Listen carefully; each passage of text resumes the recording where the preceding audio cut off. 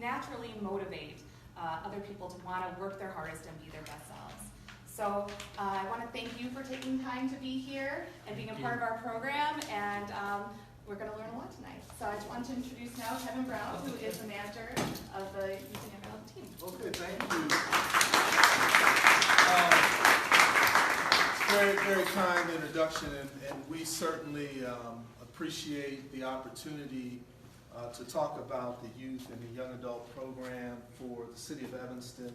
I'm Kevin Brown. I am the community services manager, and I just want to thank Eric and Barton and Peaceable Cities for the invitation this evening to come and share about our program. It's particularly important at this moment in time because our city is facing a major budget deficit, and there's a process that the city created called priority-based budgeting. And that process has actually taken many of the programs that I know many of you care about and put them on a list for possible elimination or program cuts. And our program, the Youth and Young Adult program, is one of the programs. It's not listed that way because we implement the Mayor's Summer Youth Employment Program. We implement the Career Pathways Program with the Youth Job Center. We have some connections with that program with Kurt's Cafe. I see Susan Treishman back here. We are also connected with the YMCA through our hiring program. Actually, we're connected with every youth-serving agency in the city of Evanston. But on the list, the Summer Youth Employment Program, the Career Pathways Program, the Certificate of Rehabilitation Program, and then they have youth engagement listed as one of the programs to be cut. All four of those programs are actually the Youth and Young Adult division. So I'm not really sure why it's listed in the way that it is, but that is our division. So I'm glad I have an opportunity this evening to sort of clarify that for people in the public. What we'd like to do this evening to facilitate this and to actually get you some real information about the work that we do is I'm going to act as a facilitator, and I'm going to be posing questions to the outreach workers. They're going to be responding to those questions. You may have other questions that you would like to raise, and so we like to give you an opportunity at some point. I've got a microphone. We can pass that around, and you can ask questions as well. But we think that through that process, you're going to learn a lot about what we do as outreach workers in the city of Evanston, how we serve the city, and how we try to make this a livable city and one of the best cities in America. So thank you again for that opportunity. As we begin the process, they'll also introduce themselves, and in doing so, they'll talk about their backgrounds, how they came to be here in Evanston. I could just tell you just a little bit about me. I came here. I've actually been affiliated with Evanston about 30 years, actually maybe 35 years. I'm an old man, but I am an old man. I don't mind being an old man. I'm glad I got here. They used to have been in utero, right?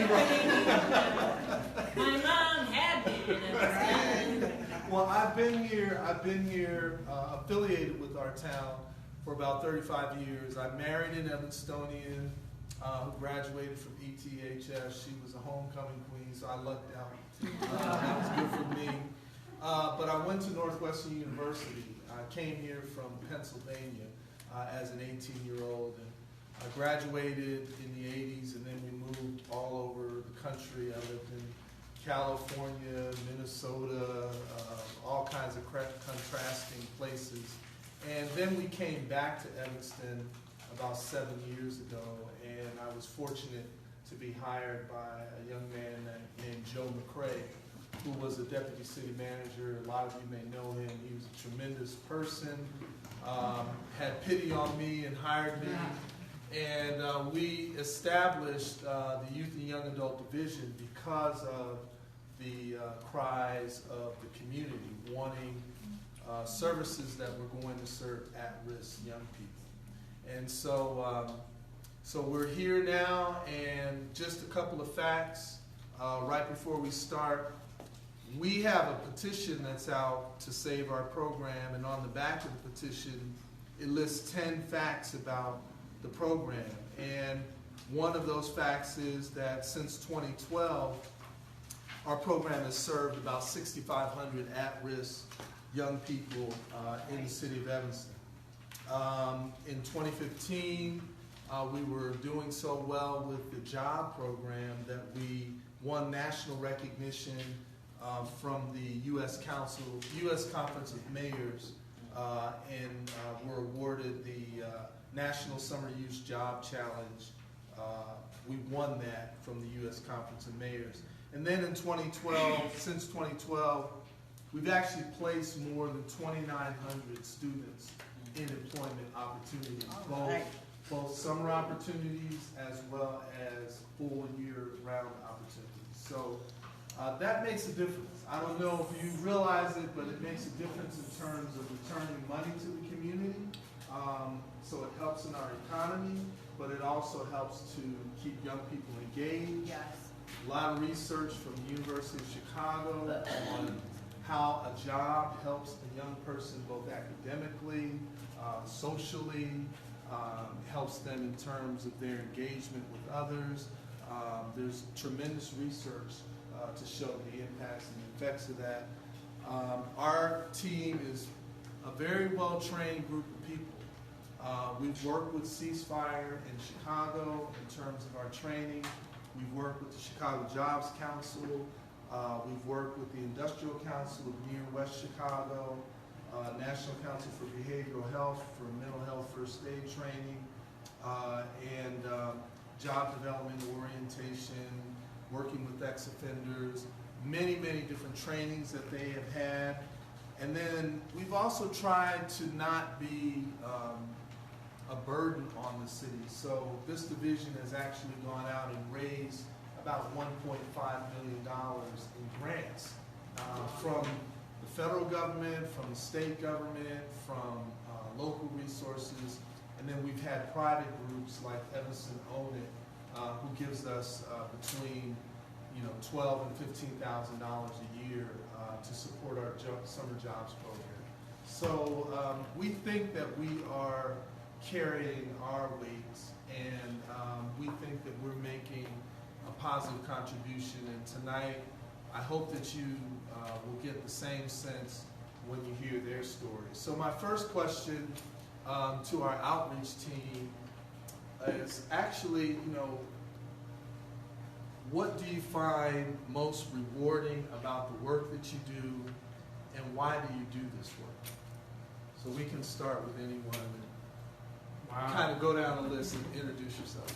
Wow. Well, I know a lot of you in this room, but to those that I don't know, my name is Nathan Norman. And to that first question that you posed, Mr. Brown, what do I find most rewarding?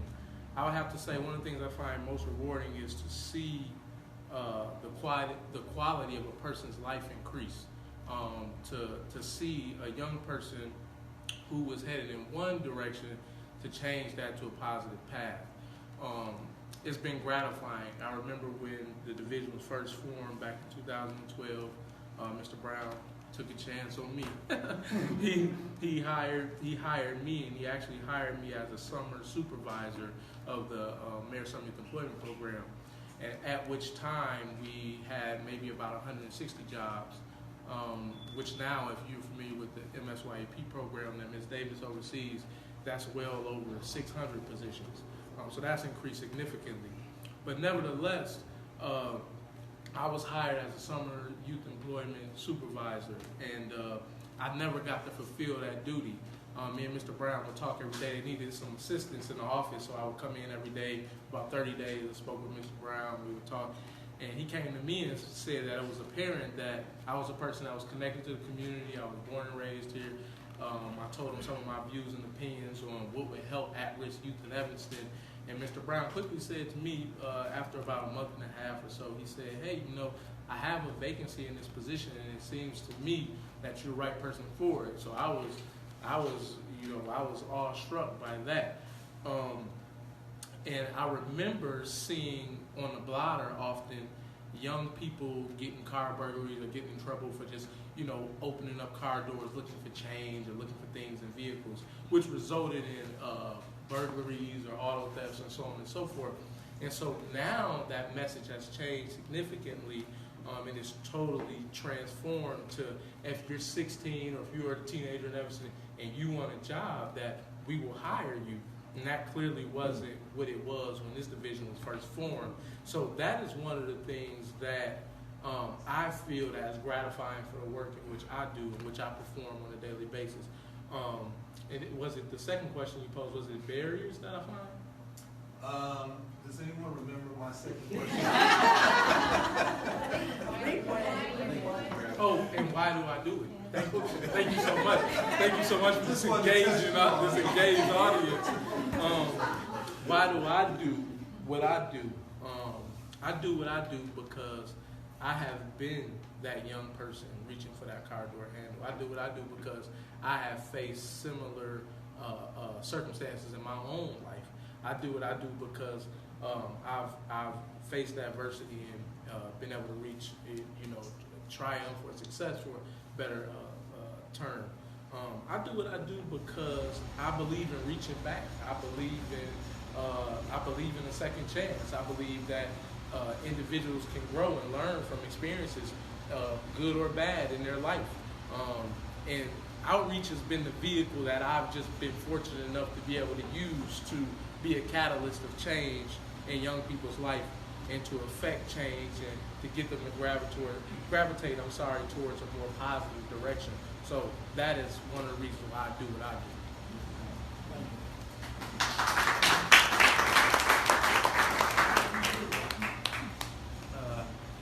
How you guys doing? I'm Jermey, Mccray. Born and raised in Evanston. Been in this community and been wanting to help this community for a long time. One of the questions that Kevin asked of why I do this work, I would honestly say to help give back to the community and just being able to help kids out that really need the help. There's a lot of kids in this community that need help and sometimes don't speak out or sometimes don't want to come to certain people. And I think when you have a strong relationship in the community, you have no problem with getting kids to come tell me their problems, figuring out a way to help them out, and just making sure that when they come to you to take information that is safe and that they'll be able, knowing that it will help them. What's gratifying for me is also just knowing, coming to work every single day, knowing that an outreach team can change someone's life every single day is just an amazing thing for me. Knowing every day that we have the chance to touch someone and change something in their life from the previous day that maybe put a burden on them, or they weren't so sure that they were going to be able to eat a meal the next day, and things like that. Outreach team can help with. We're able to provide a meal Monday through Friday, a hot meal Monday through Friday for a family that's less fortunate, that may not have an opportunity to even eat for that day. So we're able to provide that, and I think that's also a big help. Just connecting to some families and youth might not want to tell you that they might not eat tonight. We have the connection to the youth and families that they tell us, and we make sure that they get a hot ready meal and enjoy it. But again, just making sure that we're connecting kids and youth to resources that they need. That gratifies everything for me, and being able just to share the knowledge that I have, that I've learned from my peers, and give it to some of the youth and families is exceptional for me. We wake up every day as a team knowing that we got a good chance of helping youth and families connect to resources and just help them build some knowledge of things that they might not be so sure about that's happening in the city of Evanston with resources and things like that. I would also say that this work is also great for me because, like Nathan said, I was a kid that, growing up, I had a lot of challenges with school and things like that. So, being able to navigate through some of these things with kids helps them out a lot. And just say, hey man, just sit down and talk to a kid. Like, it wasn't always, good for me now that I'm working at the city. And I went through a lot of things too, and I can help you with some of these things.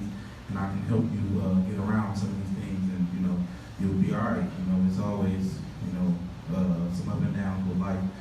But just giving extra support to kids, because a lot of these kids just need a lot of, support. And when I say a lot of support. Just not just calling them and say, hey, how you doing? But sometimes maybe taking them to an interview, teaching them how to speak at an interview, teaching them how to dress, teaching them how to talk, just, having manners, opening up the door for people. That's the thing that we provide, just mentorship. So it's just so gratifying to me. This is the best job that I've ever had. And giving back to where we're coming from, Evanston. I was born and raised here. Being able to give back to Evanston is just, it's so amazing. Not to mention, we have a great team and everyone knows us and we're from here.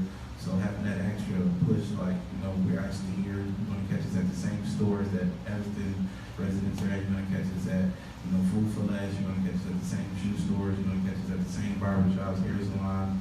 We're here in this community to help. We're not trying to help you or acting like we're helping you and then we're going somewhere else far out and not worrying about any problems. We get calls at 12 o'clock at night, 2 o'clock in the morning, and we're always ready to able to assist with anything. So that's what is in me, just being able to really help the community in a capacity that wasn't here when I was younger.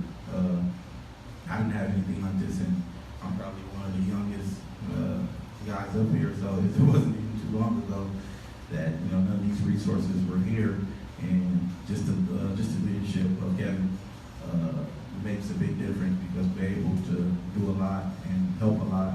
And the boundaries we have in Evanston, we don't have any. We're able to help anyone in Evanston. So I appreciate that.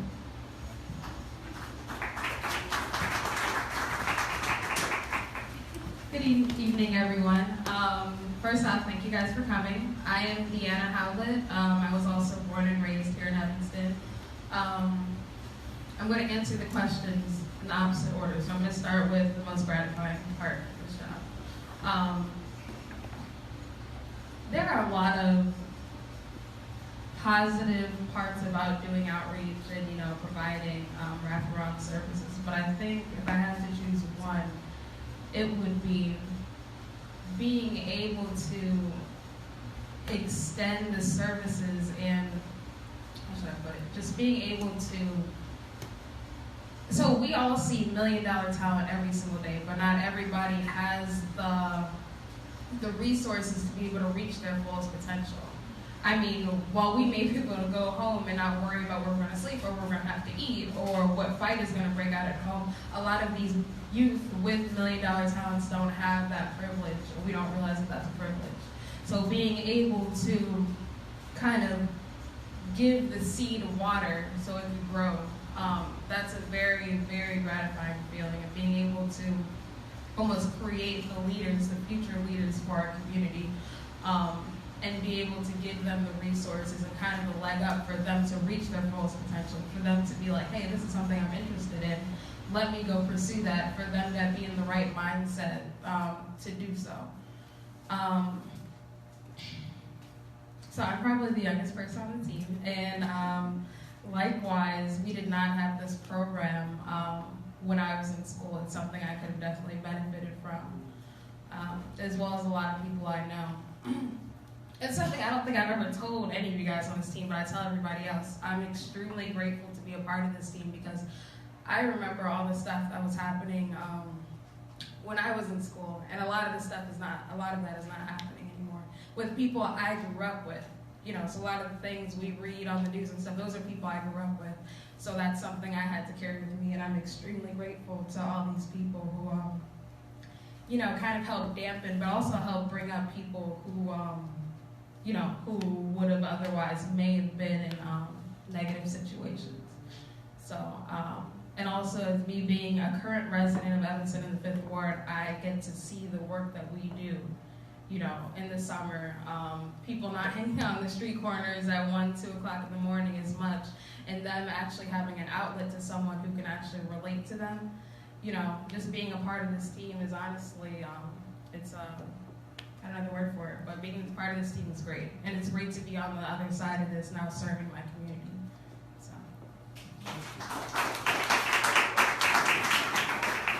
Hello everyone, my name is Lachisa Barton and I am also outreach worker. So I'm going to kick off where Deanna started and talk about the most gratifying part of being an outreach worker. So for me, I will say the most gratifying part is the community.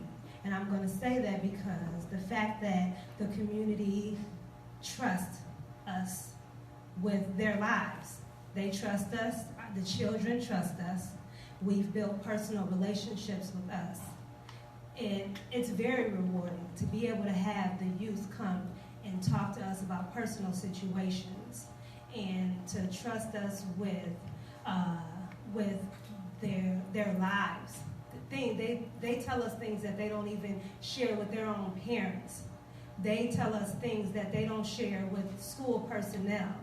The fact that they can come to the outreach team and they can tell the ladies or they can tell the young men on the team about things that are personally going on with them when they have fears and they have struggles, or the parents can even come to us and say, I'm having an issue with my son or issue with my daughter.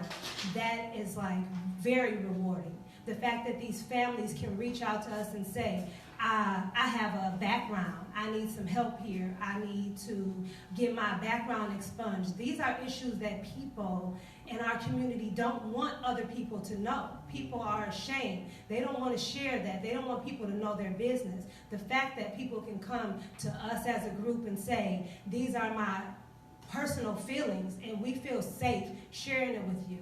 We deal with housing situations where people are at risk and they are about to get put out on the street, and they feel safe enough to come to us and say, hey, can you help us? Some people are out there, they're scared. They don't know how to get help. They have fear. They don't even want to go to agencies because people are judging them. The fact that we are non-judgmental individuals and we can sit with them and have personal conversations with them from a non-judgmental perspective and look at them as human beings and not as numbers, it speaks for itself.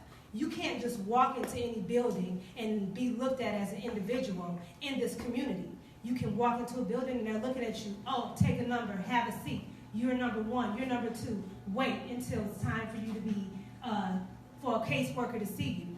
We are not caseworkers. We are advocates. So that is what's gratifying to me as an outreach worker.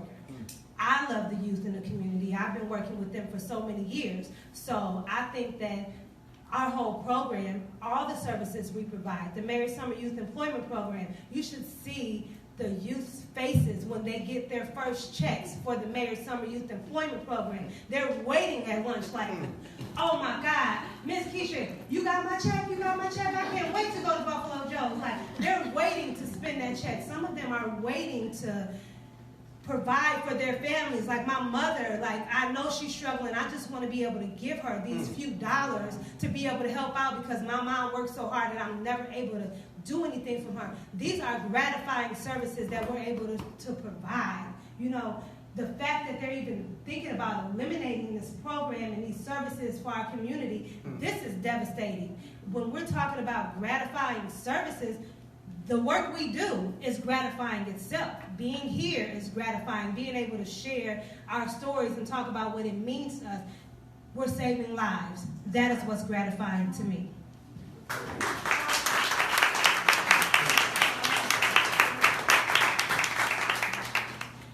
Good evening. My name is Barton, and I am the program assistant. So unlike the rest of them, they are outreach workers. I assist them in any way possible. So what's gratifying to me is hearing their stories and hearing the lives that they're changing every day. They look for me to also assist them. So I'm not your average assistant. I'm just not behind the desk or doing paperwork. I have as well fed a couple of families I have picked up when someone is out. I have helped a family of 8. They were homeless at one point in time, and an outreach worker was out, and I actually found a place for the family of 8 to live, and found them services so that they can have a security deposit and first month's rent. So what's gratifying to me is also seeing the faces of these kids at the Mayor's Summer Youth Employment Program.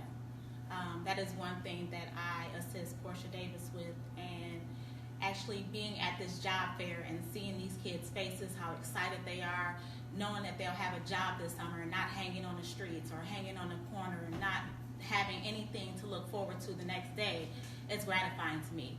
I was born and raised in Evanston, and I grew up where my peers were shot and killed in high school. And that's because we didn't have anywhere to go. We didn't have anything to do in the summer. We just hung out at each other's houses, in the parks, where now we have an outreach staff that provides something for these kids to do. Some of these kids don't have someone at home to tell them this is what you should do or guide them, but that's where we step in. We understand their struggles, we get it, we've been there, so we're able to relate to them. We are very relatable, and as Lachisa stated, they will tell us things that they won't tell others. So again, just for me, is hearing their stories and seeing where I can help out is more gratifying to me than anything about this job.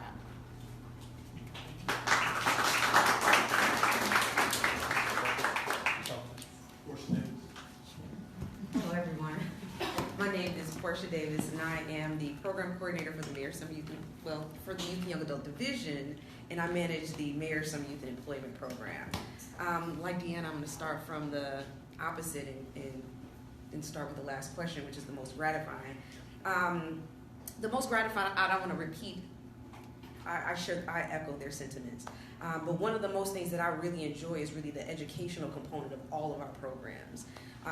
We have to be well versed in what we provide ourselves, and we also have to be well versed in what resources are out there in the community. And so it is our job to make sure that the community is well aware of the programs that they're eligible for or that they can participate in. And there's nothing like educating a mom and a dad about employment with their young person. That's a wonderful experience to go through as a parent, as a young person, as anybody getting your first job. It's petrifying. You're filling out tax forms. You just don't know. And sometimes a lot of times the parents don't know either.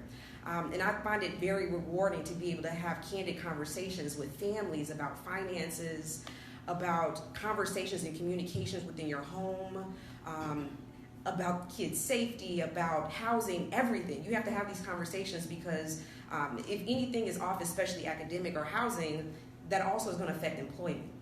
And so that conversation also needs to start at home with the parents. And so I really do enjoy speaking to the upset parents, the excited parents, because that's my opportunity to share and to educate them about their child, what to expect, in ways that they can also support their children and young person through employment, throughout life, and throughout just life experiences. I think that's really, really important.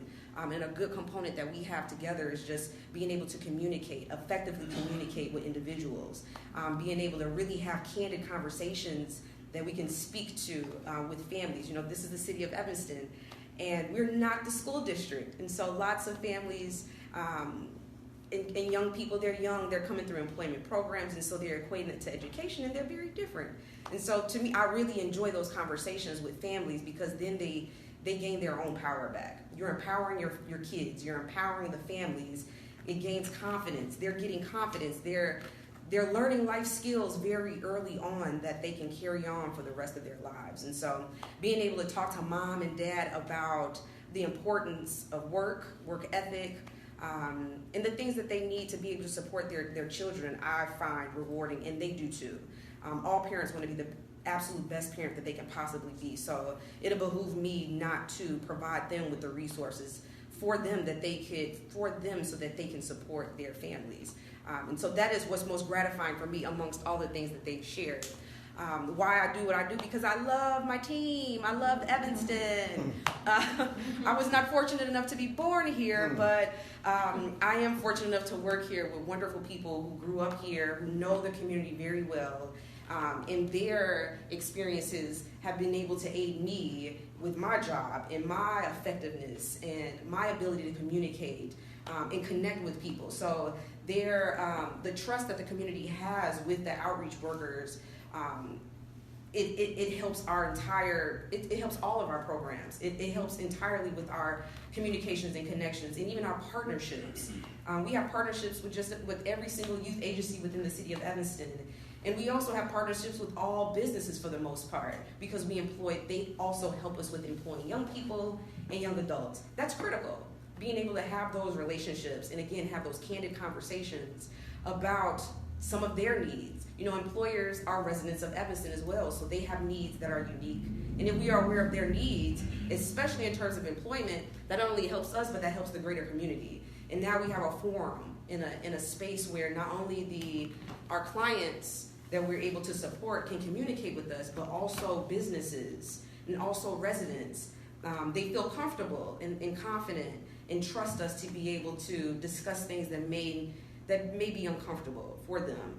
And so that is most gratifying for me. I really love difficult conversations with families and kids.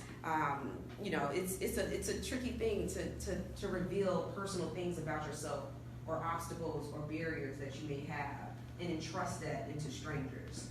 And so I am honored to work with all of them, because the work that they do increases the work that I do for the best. So that is why I love what I do. My name is Stacey, Moragne, and I'm grateful because I'm a product of the environment that I work in. The education that I've experienced since working on the outreach team has humbled me. It gave me a new beginning. Kevin Brown and Joe Mccray took a chance on me. Every level of failure in the world, I probably experienced it. I get the gratitude from seeing the kids see me transform into another human being and respect the fact that I will share anything with them. The kids need to be told the truth. The parents need to be told the truth. And that's where you get your respect. When you step out on a limb and you tell these people the truth about you. You know, I tell them the truth about me, and I give them an education and experience in life that no one else can, because no one else has experienced what I've experienced. And I tell them, if you don't believe me, do some research. And I know they go home and they ask their mom and father, is he telling the truth? And once they find out I'm telling the truth, the trust coming into effect, and we can start working on the product. Thank you. Just before I ask another question, does anyone have anything they'd like to ask before I pose another question? Okay.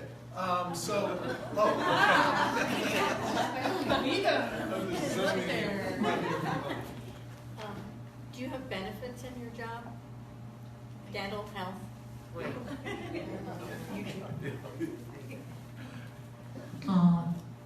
You had mentioned, nope, yeah, 1, 2, 3. You had mentioned day or night that you get the calls sometimes in the middle of the night, and I wanted to know more about that. Are you giving out your home phone numbers or your cell phone numbers, and what kind of calls are you getting that you have to tend to in the middle of the night?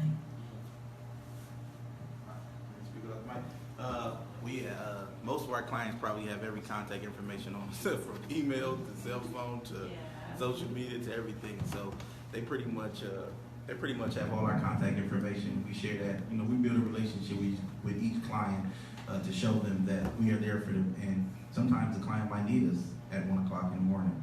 And what kind of calls are that? When you've been called? Yeah, so it could be. 3 hours of the night. What kind of calls are that? It could be the youth leaving a party and said, "Hey, man, I'm not feeling safe at this party. So can you come pick me up?" So factually, once was Once was. Yes, So, correct. okay, that Yes, was one. yes, correct. Once was a youth No, called he and said said, it hey. could be, and I was like, I think it is, yeah. Okay. Yeah, so once was a youth called, hey, I can feel safe at a party. You know, some things are not feeling right. I see some people that I was having trouble with at this party. Is there any way you can come get me? Is there any way you can pick me up? Sure. 1 o'clock in the morning, 2 o'clock in the morning, no problem. We're gonna make it work.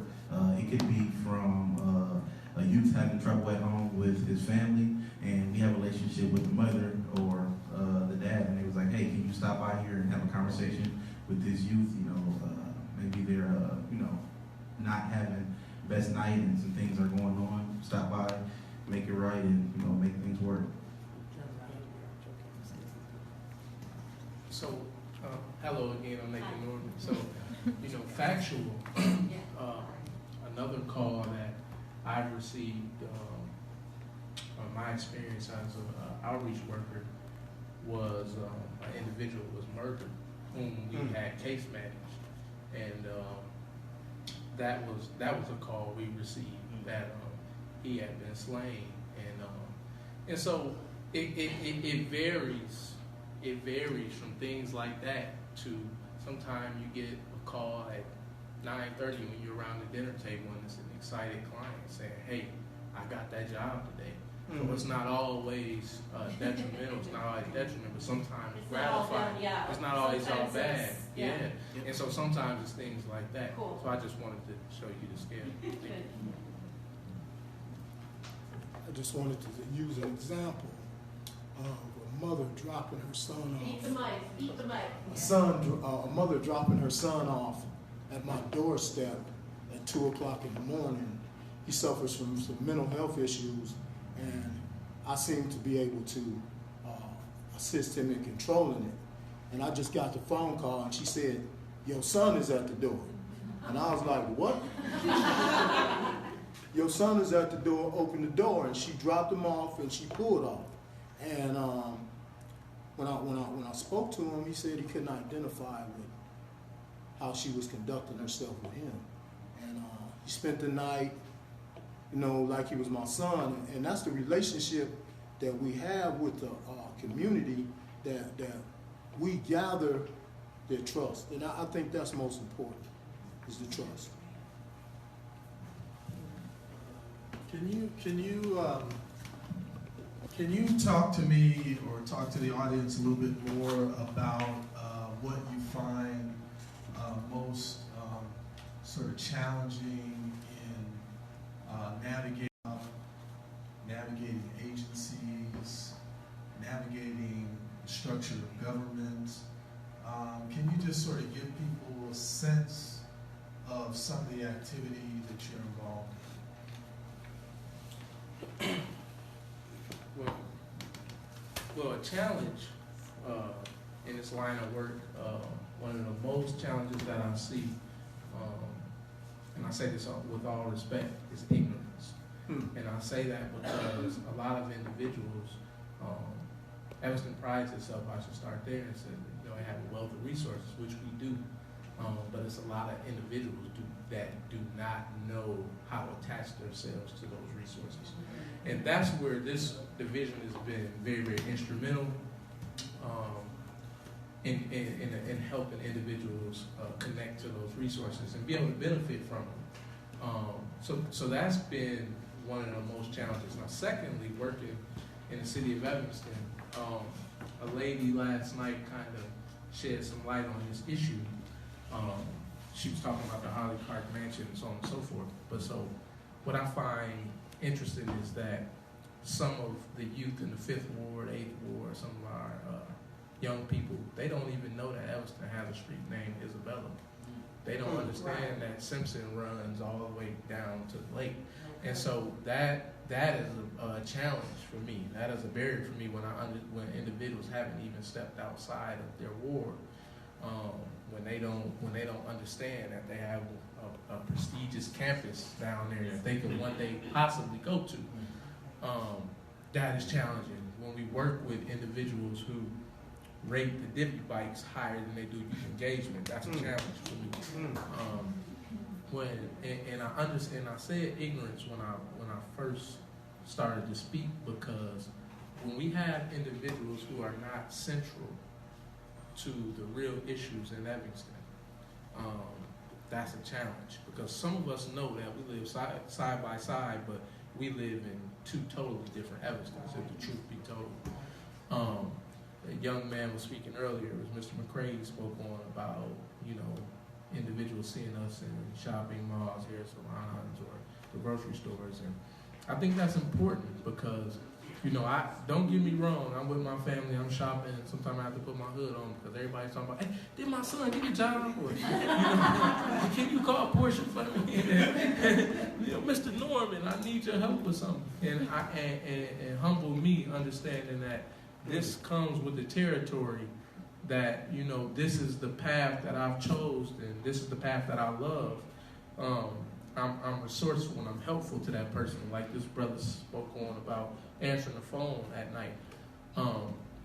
And I think that's very important. But see, being in those grocery stores, living here, being raised here is a gift and a curse, don't get me wrong, because like I said, people want to be attached to you at all times. But it helps us be accountable. My son goes to the same school your son goes to. So I want that to be a progressive, great school. My kids, my mother goes to that hair salon. So I don't want nobody hanging in front shooting or robbing nobody also. So it helps us be accountable. So that goes a long way. And so when I work in a place that is not proximate to those issues, when I work in a place that doesn't value what I value, they don't see what I see, that's an issue for me. So that's my take on it, and that's the lens in which I view Evanston out of. I've been fortunate to be able to have a good job and know good people, and I work with some of you all out here, and you guys do great work, and we've been able to create some synergy, right? And it would be a shame to see people who these issues don't affect be so apathetic to what we're trying to erect and build. That's what I would say. Thank you.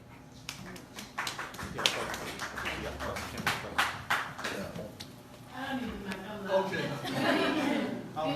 My name is Kim Holmes Ross. I currently work for Evanston Cradle to Career. I also have my own consulting and life coaching business, and I work with Family Focus for 20 years. So I'm a definitely community person.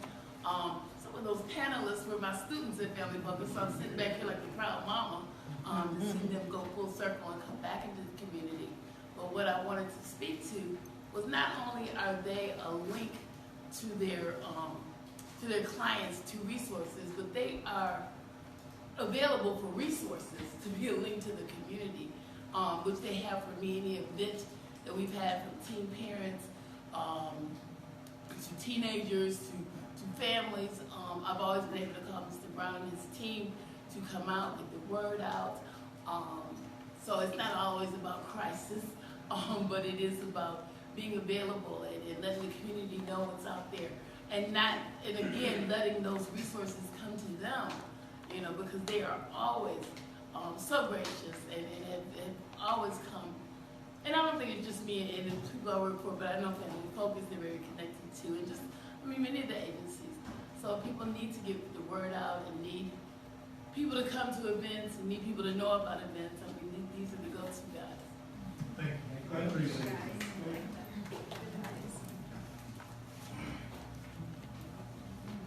I would just like to add to what Mr. Norman said, that I think that we are so busy teaching everyone to survive that we are forgetting to teach one another how to live. And we need to teach people and give them the tools necessary so that they can learn how to live. And I find it so challenging when connecting with clients to teach them the necessary tools which are not learned in schools, which are not learned in classrooms, and they do not teach you in college the necessary tools that you need to advocate for yourself on how to find an apartment, how to get a job, and how to advocate for yourself once you go out there and you're on your own. And that is a very big challenge, because one day you're going to need to learn how to go sign a lease. They don't teach you that in college, what you need to do when you sign that document and what that means when you sign away, because you want to sign away your life because you don't understand the fine print on the bottom that says that if you don't pay this on time, you're really going to owe them forever, and they can sue you, and you can go to court, and you may never be able to rent again. And they really don't understand what they're doing. And sometimes even when college students do it and they get roommates and they sign away and they don't understand that them and their roommate don't get along, and they think, okay, well, I just don't have to live with them anymore, and they're stuck with this the whole rest of their life. They don't understand what they're getting into, and they become adults and they want to get a car and they want to get a life, their own house, and they're never able to do it because they're in debt forever. So these are skills that they don't teach you. We're not teaching one another how to live. We're teaching each other how to survive, and we're not teaching the skills needed to live. We don't know how to talk to people. We don't know how to talk to landlords and property management about our credit scores. How can I convince you to rent to me? Because I'm an African-American woman with 5 children, and I'm 37 years old, and you're looking at me and my 5 little ones, and you're saying, I don't want you in my property because your kids are going to tear up my place. And now you're discriminating against me. So who can I go to for help?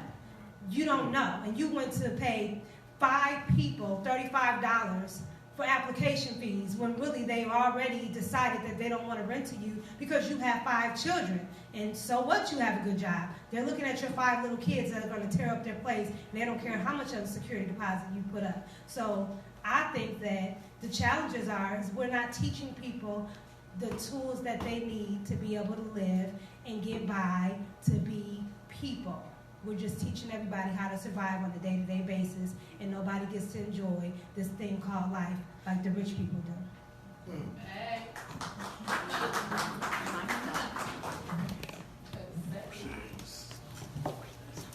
Hello, I'm Porschia again. One of the challenges that I've been seeing, I see here that does affect agencies and just the entire cities. So Evanston is a wonderful community, very rich in resources. And Evanston also pushes that everyone is college bound and everyone should go to college because this is what Evanston does. And while that's a wonderful thought and hope, that's not realistic.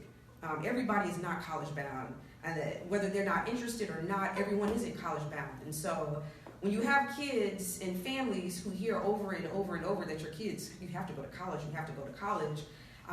that then puts a level of shame on the family and or kids to then be able to have a conversation about the resources that they actually need for them to live.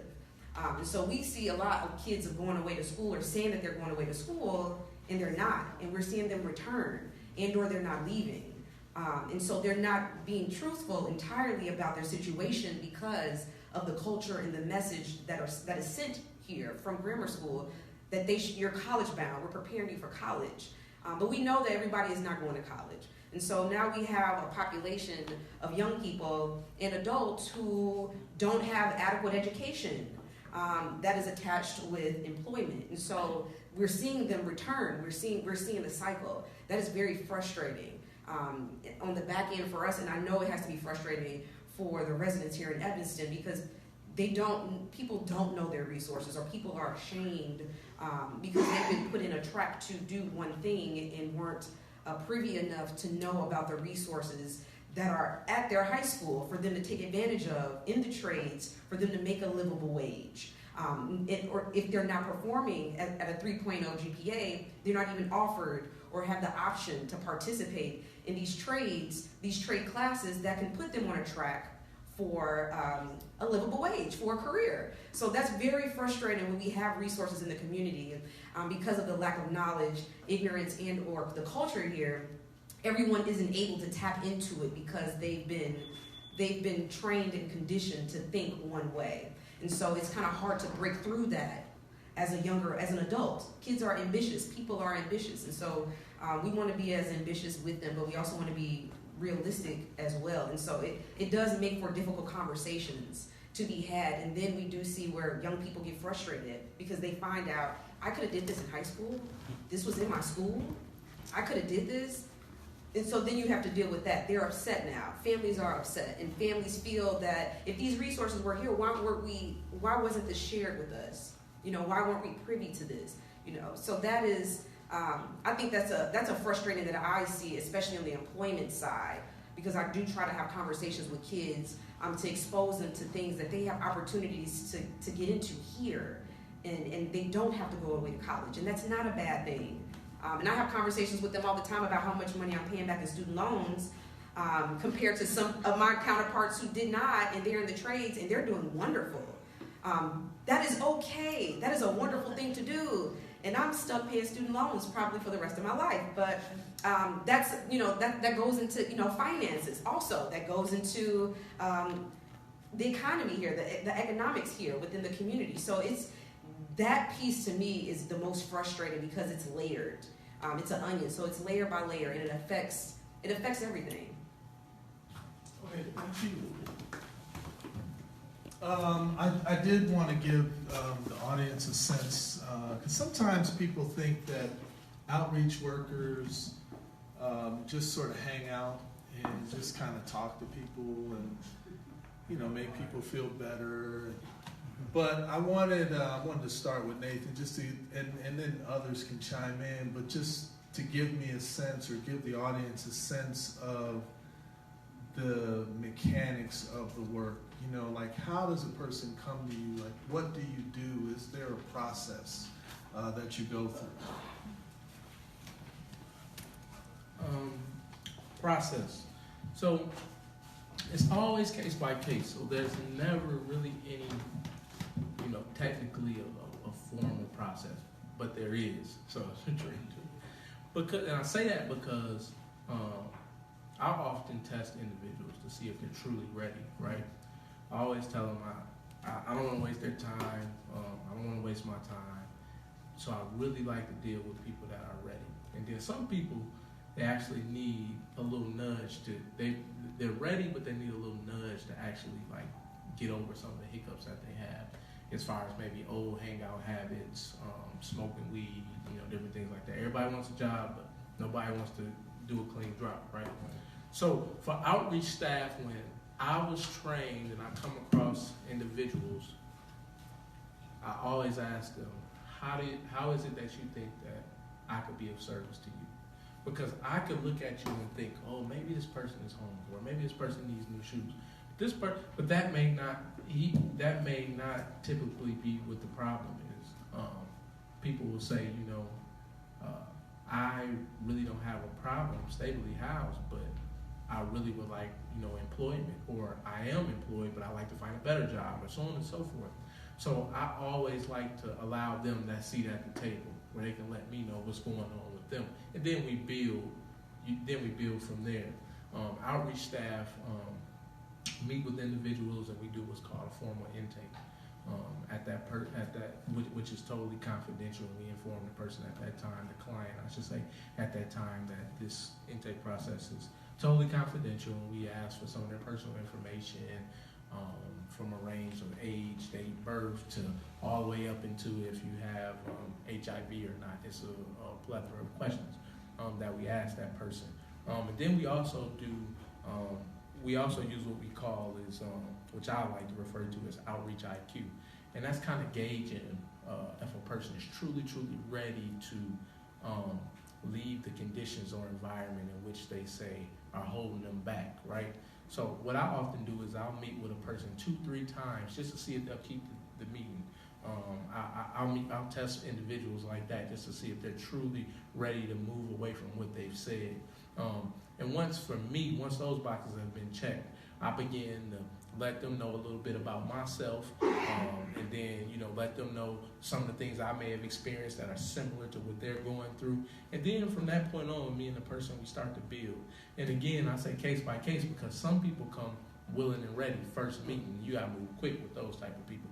Some people, it takes you 3, 4, 6 meetings before they even really willing to do an intake, because you gotta ask yourself, who really wants to tell you if they have had chlamydia, or if they've had some type of disease, or if a person wants to really truly give you their birth date.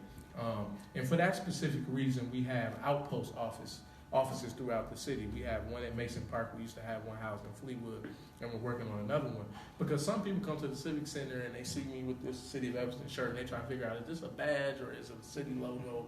And so we understand, you know, being from this community, I understand that the Civic Center can be intimidating for a young man or a young woman that's, you know, kind of seeking some change. They say, well, I owe 7 parking tickets. I don't know if I want to come in there. So, and Outreach IQ teaches us that we have to be able to spot that before we even do an initial intake, because we don't want the trust to be diminished because of parking tickets, right? So we will meet with individuals out in the community. We meet with individuals at our outpost office at Mason Park. We may even do a house visit with certain individuals. So it's case by case. Each outreach worker has what we like to refer to also as a unique approach. We may know the person's uncle, mother, sister, cousin, and sometimes that's a doorway for us to get to know a person a little better and get to, you know, start to develop a more personal relationship with a person. So that's one of our approaches.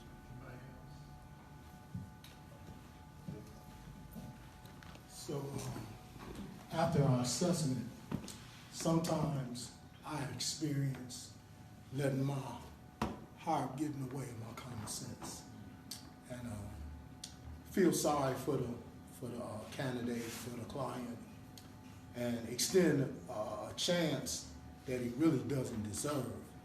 And through my continual actions with different clients, I learned from experience that I need to slow down and do a real assessment and make them jump through some hoops, you know, to see, like Nathan was saying, if they actually really want this for a long term, or is this a quick fix?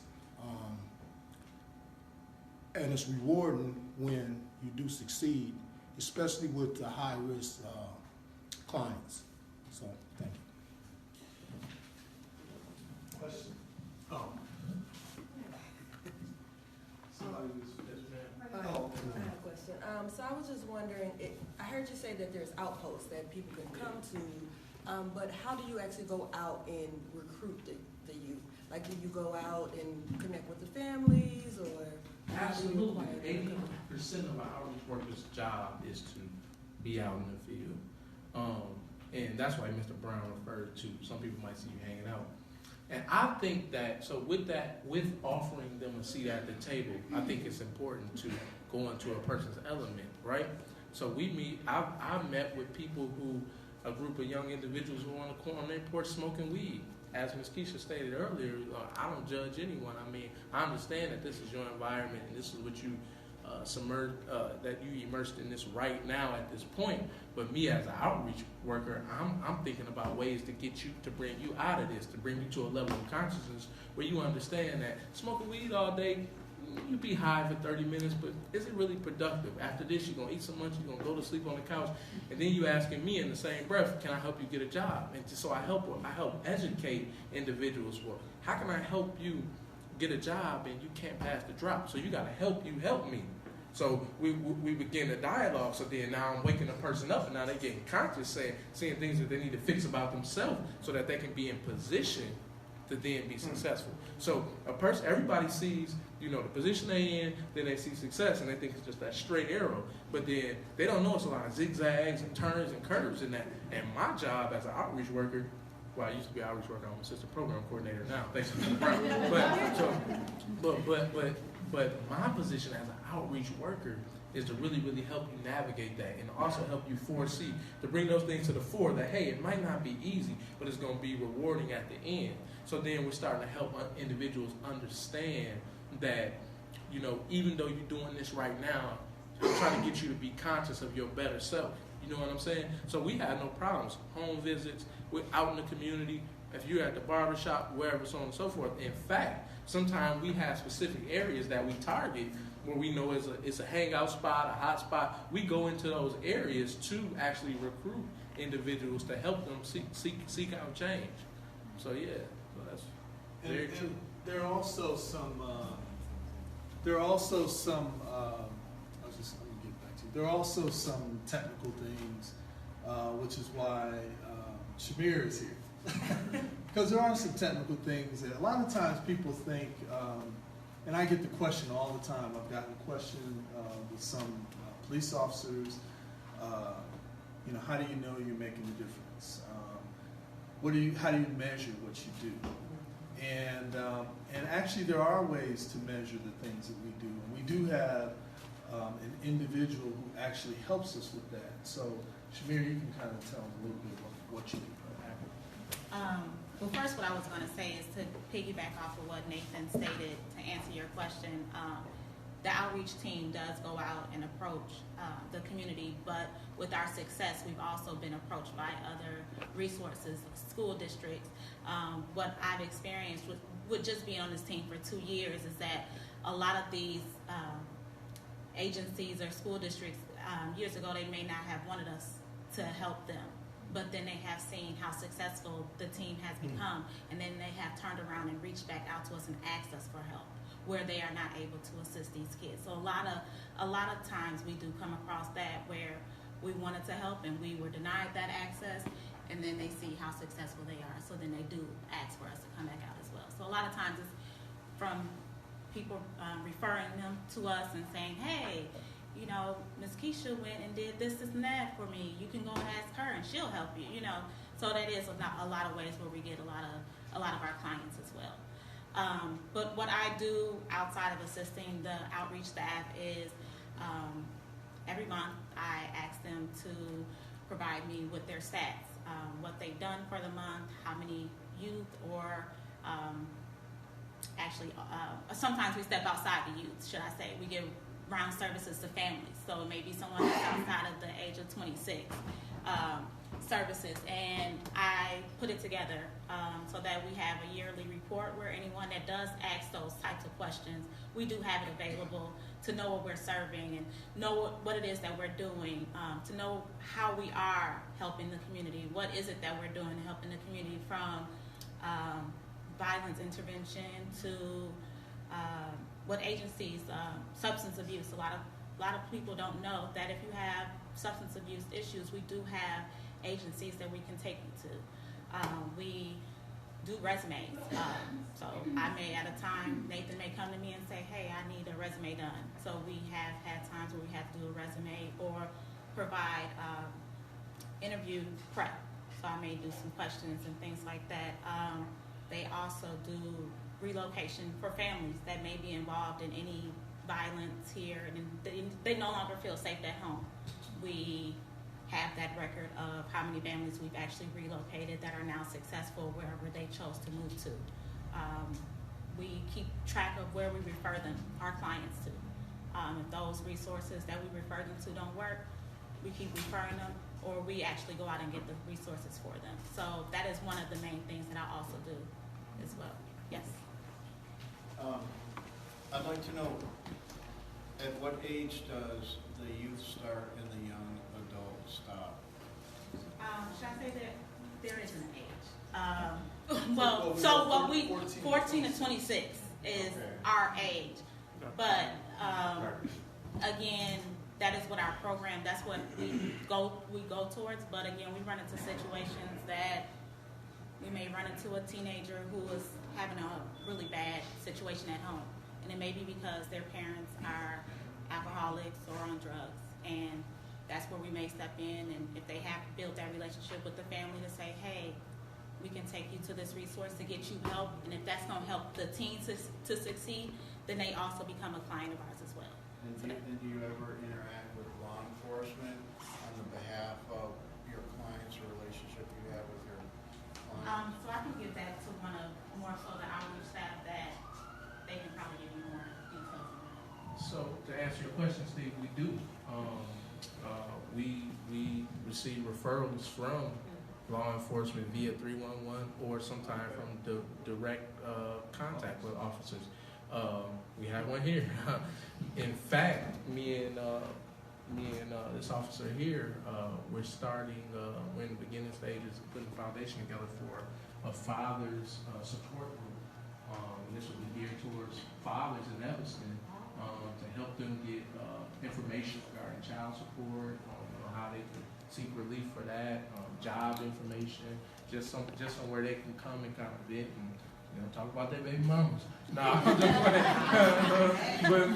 but seriously, just support for fathers in Evanston. And he took off his vest and said, you know, I'm an Evanston police officer, but I'm doing this as a father. And so that's important, because what he's doing is he's saying, I'm coming down to be parallel with you. I'm a father, you a father. Let's have a discussion. Like, let's open up the box and see how we can help. You know, again, creating synergy and building with individuals. You know what I'm saying? And that's true work. Yeah. Just to piggyback off of that really quick. So we also work with the police on the preventative side. So it's like if they've had a situation like at a certain park, we usually know a little bit more about that as well. But then they'll be like, oh, you know, this park down the street, just keep an eye out there. So we just, you know, make sure that we keep an eye out there when we're out and about interacting with our clients. We may just drive by there just to check it out. Interact with some of the people who may be out there as well. Well, let me clarify that. So, and what that means is, like, sometimes ETHF safety or sometimes EPD say that, hey, this particular park, you know, I know you guys may be working with a certain individual. He's been in that park, you know, saying he's wreaked havoc. You know, could you guys do something to get with him before he sees us? Because essentially, outreach now, we're the guys that you want to see. We're the guys and girls and young women that you want to see before you see the police officer. We're that guy. And so we, by no means, right, and I say this in all respect, can be considered as an extension of the police department. But just because that won't work for the trust of the clients that we work with. And we have great police here. You know, don't get me wrong, but we all know that sometimes in any community that you go to, the relationship with the community and the police can be some type of way. And just so that we stay clear of that, that's the way we go about. That's the way we go about it. Again, you know, they reach out, they refer people to us, so on and so forth, but we don't refer people to them. Yes, ma'am. Oh, I wanted to say that I think this is the Making Peace series of Peaceful Cities, and I think you all are peacemakers, but you've talked a little about how you prevent violence, but I wanted to hear more about how you prevent violence and foster peace, which you've already told us some, but I would love the very explicit ways, because that would be fascinating. Great. Hey, Kevin, let's speak to that real quick. I'm Officer Corey Mccray, calling Corey. With the outreach workers, I've worked with them on, I've known Stacey my entire career, so I've seen the change. We've been riding the bike down the road. I'll stop Stacey in the middle of the street, we'll have a conversation. Say, Stacey, can you talk to such and such? I never have to give Stacey the number because he knows that individual or he knows that family. His favorite word is, okay, right, I'll talk to him. Jermey, he and I bonded over basketball, a little orange thing that you put in an orange cylinder. I was a volunteer coach. Jermey saw me standing on the sideline, first in my regular street clothes, probably didn't even know I was a police officer. Then next thing you know, he sees me in the uniform and I'm coaching one of the family teams. And next thing you know, we're talking. And Jermey was the first one that I approached with the initiative that Nate and I were talking. Nate just mentioned. Now when it comes to Nate, he recognized me from standing on the sideline with Maurice Wilkerson. If I'm standing shoulder to shoulder with one of his co-workers, this guy must be a little bit trustworthy. But what Nate doesn't remember is when he was going through his troubled times as a teenager, I was that dude sitting on top of the police car talking to him. So it's not necessarily the words that you say, but it's also the message. So along the way, he heard that message from someone else that helped give him a 180, so he's sitting right there in front of us. When it comes, like Nate said, it's a one-way lane of communication when it comes to dealing with our youth. I'll give them an email, phone call, text message. Hey, we get ready to have a problem next time, Block of Jackson. You need to step over there and observe it for yourself. I've sent folks to all three of them, and they never know where they came from. I don't follow up. I don't ask about them. I just let them do what they do. And so I've seen the changes that they've made in the 5th Ward, because I'm the PSC officer for the 5th Ward, I've seen the changes that they've made firsthand, because I'm a boot on the ground. I was a detective, so I've seen that side of it, and now I'm in community policing. And so now, the conversation where you see them hanging out, they're not really hanging out. They're talking to whoever they need to talk to in the area that they're comfortable. And as you see, they each have their own lingo, but the reality is that lingo is what the consumer, the client, the customer needs to hear that message in terms of relocating families, they work hand in hand with the police officers to A, make sure their client is safe. B, they have relocated several families. C, Nate has personally headed off a violent summer. I've seen that firsthand. I've seen him, hey, Corey, meet me around the corner. Look, next time the block of Jackson is about to blow up, we got to stop it before it happens. He doesn't tell me that as a police officer to disseminate that to all the police department. He tells me that as another individual who trusts other individuals in the police department to be able to handle things tactfully. So the block doesn't blow up, the neighborhood doesn't blow up, and nobody in the community ever hears about the incident. That's just what they do firsthand. In terms of meeting in the park, I've seen them. I've seen them on the basketball court. I've seen them in all areas of the city doing what they do to help everyone here have a peaceful life. Thank you, how are we on time? About 5 minutes. Okay. And then, well, we're going to open the questions. So I need to go. Okay. There was one other word. Let me let you know. Edward. Hi, name is Aaron. Nice to follow you. I work with majority of the people for a long time. I know what they do. I live in this community. I know what they've done. That doesn't appear on paper. Things that they've stopped from happening that we will never ever know.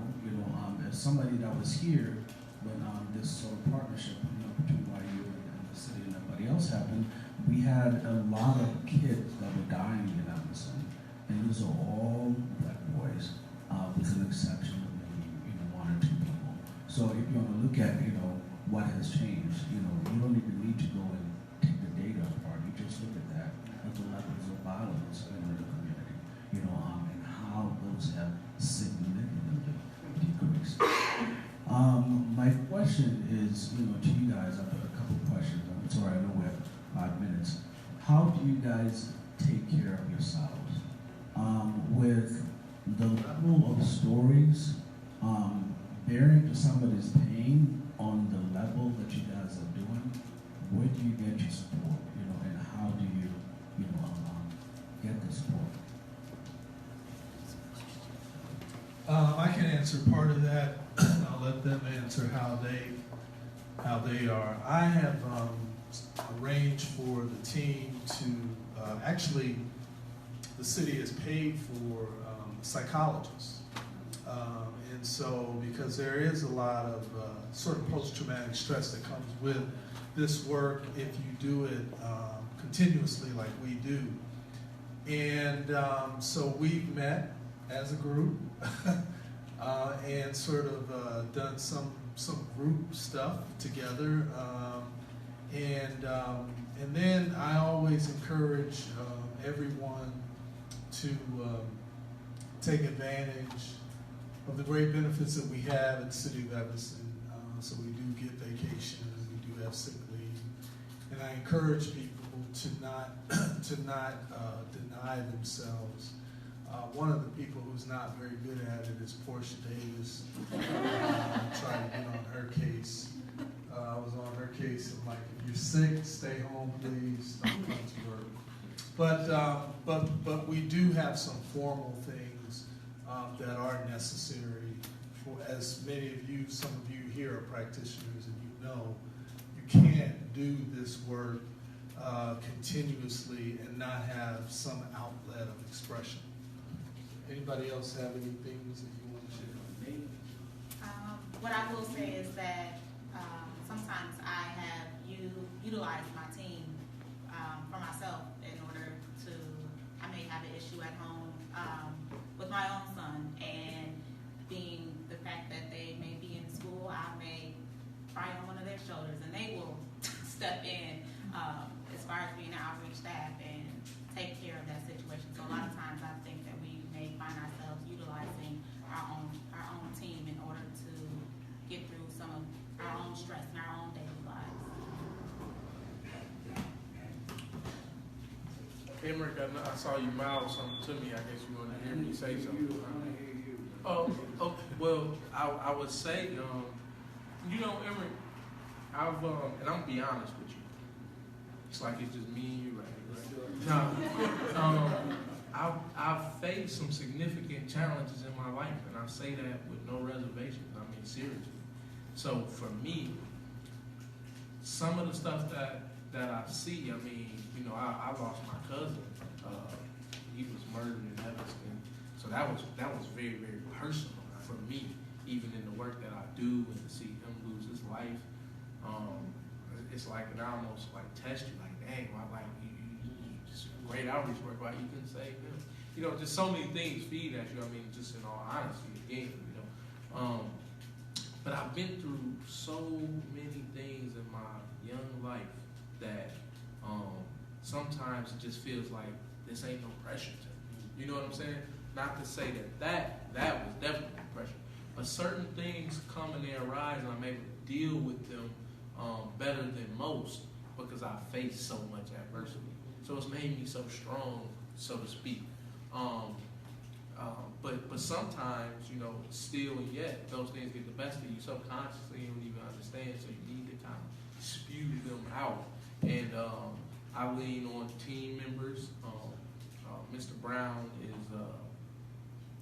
like a second father.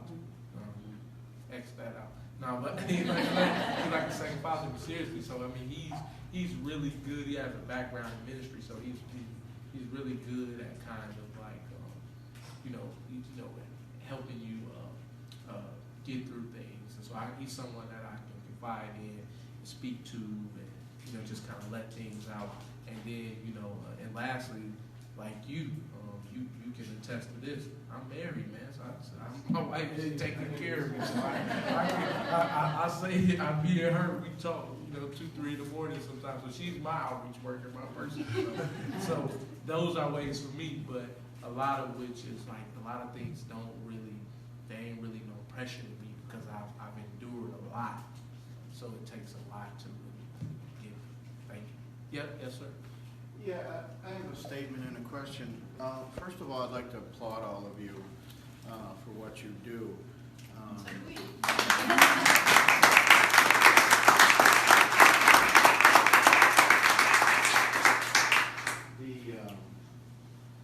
The youth, until you show them that you care, they don't want to hear what you have to say. And I think you all bridge the gap there. So I want to applaud you for that. And secondly, do we know why there's a budget gap and why? Can anybody speak to that? And what can we do about that, if anything? Ooh, that's a dangerous question. I should say, I believe what I've been told. As you know, there's been a lot of questions around housing in Evanston. And the city receives fees from developers as they construct these large buildings. And I guess a number of buildings may not have been approved, and budgets were estimated based on projects that were going to be built. That is part of it. We also have a building that they talked about last night. It's a $52 million building that's going to be built. I'm not sure of all of what goes into that in terms of the bond. I know there were several millions of dollars raised by friends of Robert Crown.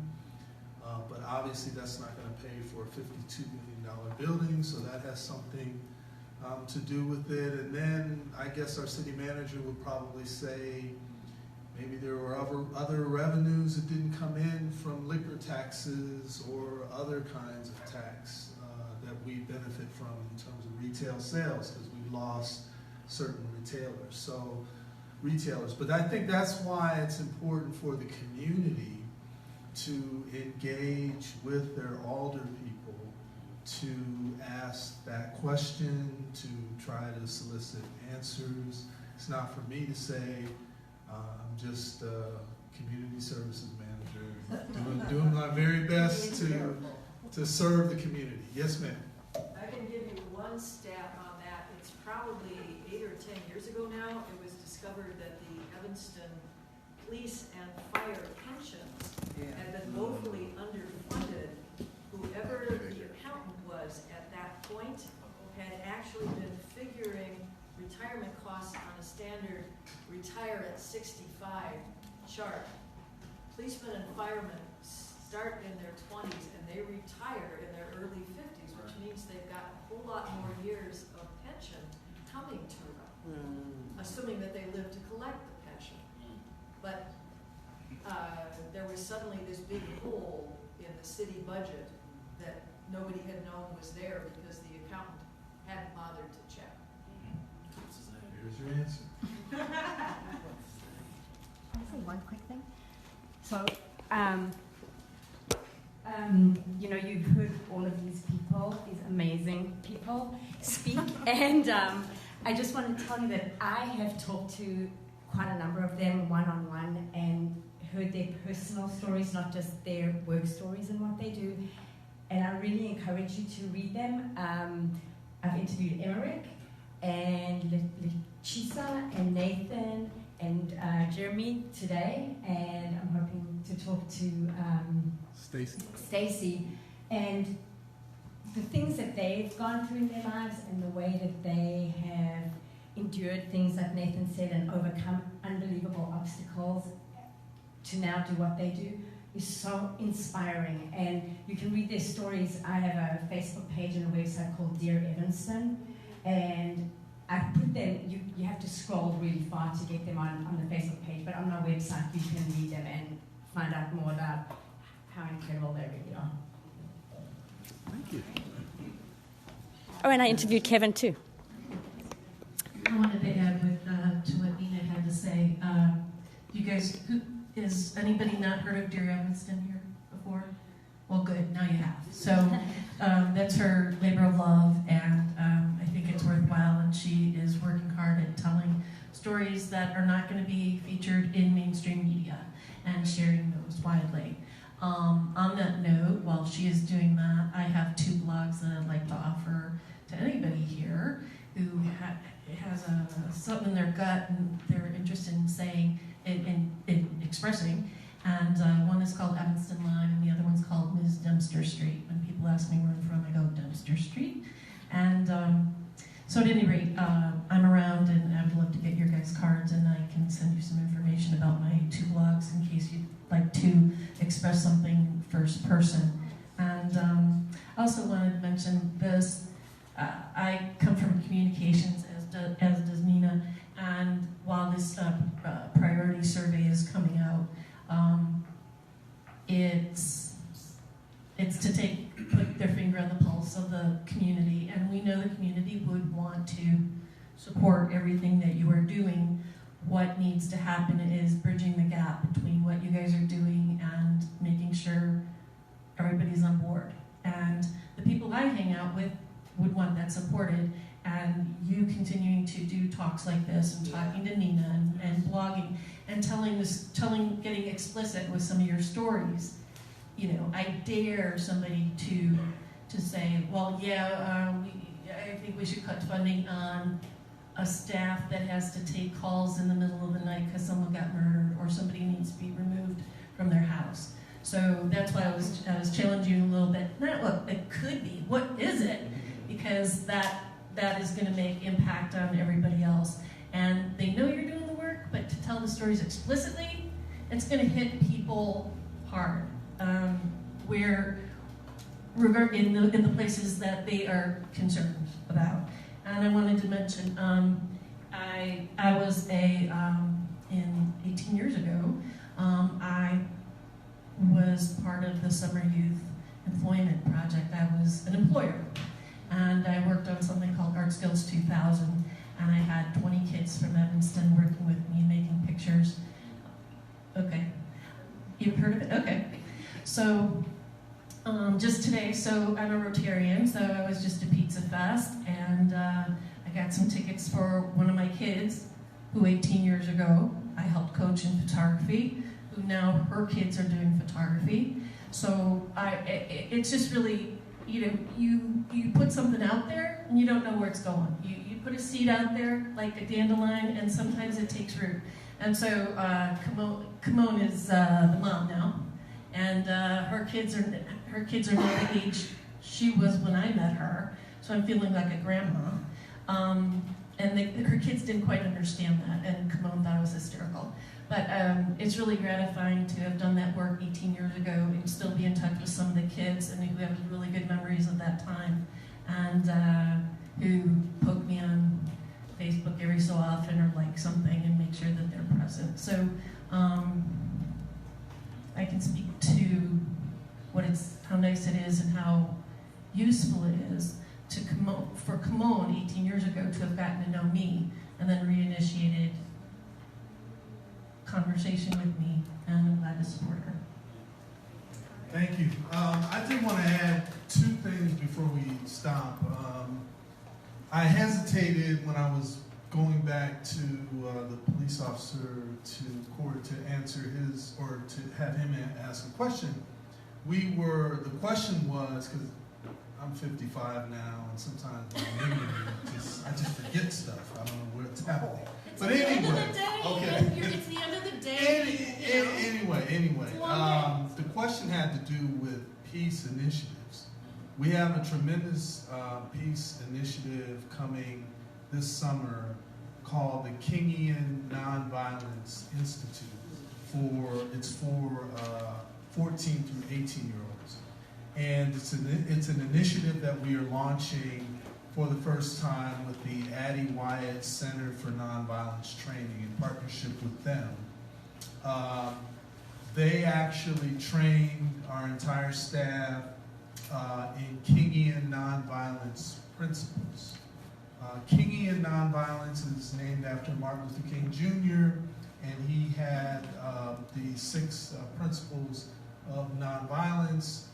And our staff are level 1 certified trainers who have not only trained young people in Evanston, but also young people in the city of Chicago as well. So we are going to have 25 young people this summer participate in 6 weeks of paid training. And our hope is that they will go back into Evanston Township High School and begin to train others. And if we can continue our program, we will keep doing this every summer until we have a high school that is totally transformed into a culture of peace.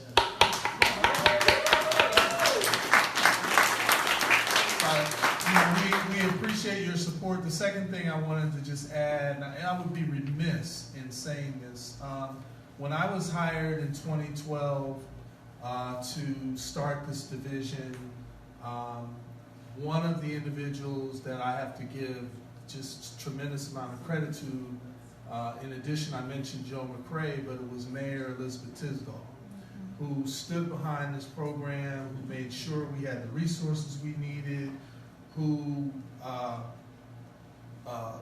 went with Stacey and Nathan and Jermey and myself at 1 and 2 in the morning throughout the streets of Evanston talking to young people that we introduced them to. A lot of people don't know that about her, but she just such a tremendous human being who had such a great love for young people and for human beings in the city of Evanston. And so I have to give her a tremendous amount of credit and respect for the work that we've been able to establish, the foundation we were able to build, and I would be remiss not to mention her tonight. So thank you.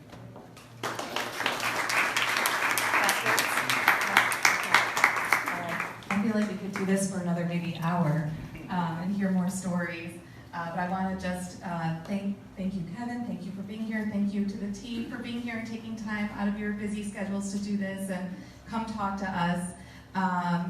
When Principal Cities was thinking about our peace topics, we thought about just getting to know you all a little bit better, how great it would be to have you come and do a presentation. So we had this plan even before all the budget debates came up. And so these are true peacemakers. I am honored and privileged to know you, to be getting to know you and working with you more. There's so many other things that I got to learn about that they do, groups in the schools and so many things that we didn't even get to. So if they stick around, please stick around and talk to them a little bit more. And we're just so happy to be collaborating. And even restorative justice and the King and Nonviolence, it all flows together. And I hope all of us working together will continue to bring peace to not just Evanston, but beyond. So thanks to all of you. Thanks for you for being here tonight. And we do have copies of the city budget survey. It's over by the snacks, right? And it's also on your chairs. So please fill them out. Fill them out tonight. There's something else that... Well, this is the one things that you're suggesting. Okay. On your chairs, you have the suggestions that you can check off. So please fill them out. Leave them here. We'll take them back. We'll take them back with us. Thank you so much, everyone.